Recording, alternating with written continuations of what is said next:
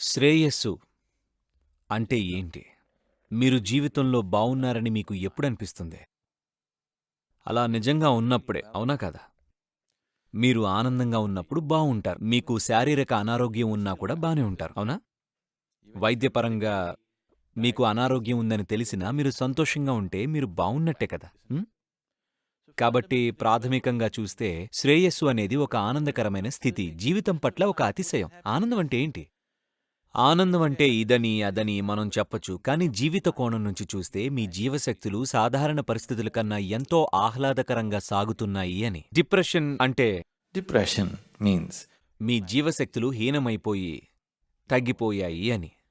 సంతోషం అంటే మీలో జీవశక్తి ఆహ్లాదకరంగా ఉందనర్థం. సంతోషాన్ని వర్ణించడానికి ఎన్నో మార్గాలు ఉంటాయి. కానీ నిజంగా ఆనందంగా ఉన్న వాళ్ళకే అది నిజంగా ఏంటో తెలుస్తుంది. ఆనందంగా ఉండని వాళ్ళంటూ ఎవరూ ఉండరు. everybody's been happy. ప్రతి వాళ్ళు దాన్ని అనుభవించి ఉంటారు. కానీ వాళ్ళు దాన్ని నిలుపుకోలేకపోతున్నారంతే. అవునా కాదా? అందరూ సంతోషాన్ని అనుభవించుంటారు. గడిచిన 24 గంటల్లో మీరు ఎన్నిసార్లు ఆనందం అనుభవించారు? 1, 2, 3 ఎన్ని? మీరు వేళ్ల మీద లెక్క పెట్టేయచ్చేమో. కొంతమందికి లెక్క పెట్టుకోవడానికి ఏమీ ఉండదు.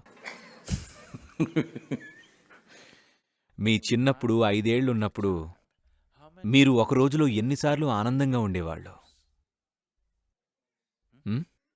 బోల్డన్నిసార్లు. ఎవరో ఒకరొచ్చి మీ సంతోషాన్ని పోగొట్టాలి. ఇప్పుడు ఎవరో ఒకరొచ్చి మిమ్మల్ని సంతోషపెట్టాల్సొస్తుంది. అవునా? అంతా ఎందుచేతనో తారుమారైపోయింది.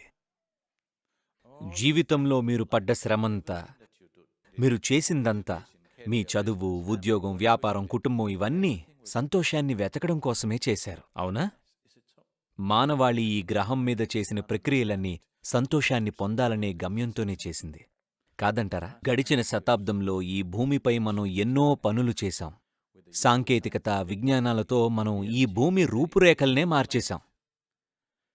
ఇవాళ మనకి ఇదివరకు ఏ తరానికి లేనన్ని, కనీసం ఊహకి కూడా అందని సౌలభ్యాలు ఉన్నాయి. అవునా కదా? ఒక 200 ఏళ్ల నాడు ఎవ్వరికీ లేని రాజసం ఇప్పుడు ప్రతి పౌరుడికి లభ్యమవుతుంది. ఏమండి, మీరంతా సుమారు 100-200 గుర్రాల శక్తిగల కార్లను వాడుతున్నారు కదా? అవునా? ఆనాటి రాజులకు కూడా ఇది దొరకలేదు. But are we any happier? We are definitely. ఖచ్చితంగా అందరికంటే ఎక్కువ సౌలభ్యాలున్న తరం మనదే. అవునా కాదా చెప్పండి? కానీ మనది అంతే ఆనందకరమైన తరమా? అంటే ఇవేవీ పనికిరాలేదు.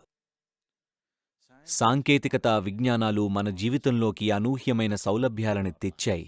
ఒక 25 ఏళ్ల క్రితం మనం కనీసం ఊహించలేని విషయాలు ఇప్పుడు నిజాలైపోయాయి. ఏమంటారు? కానీ మనం అప్పటికంటే ఆనందంగా ఉన్నామా? లేదు. ఈ సుఖాలు, సౌఖ్యాలు మనకి ఊరికే రాలేదు. దానికి ఒక మూల్యాన్ని చెల్లించాం మనం.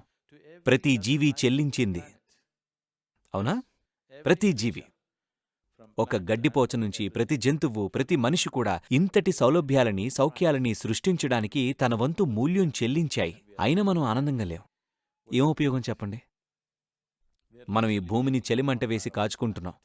మీరు పారవస్యాన్ని పొందితే పర్వాలేదు. దానికోసం ఈ గ్రహాన్ని మండించినా పర్వాలేదు. మనం ఆనందంగా కూడా లేం. మరి ఆనందంగా కూడా లేనప్పుడు ఈ పని ఎందుకు చేస్తున్నామో అని మనం ఆలోచించాల్సిన సమయం ఇది.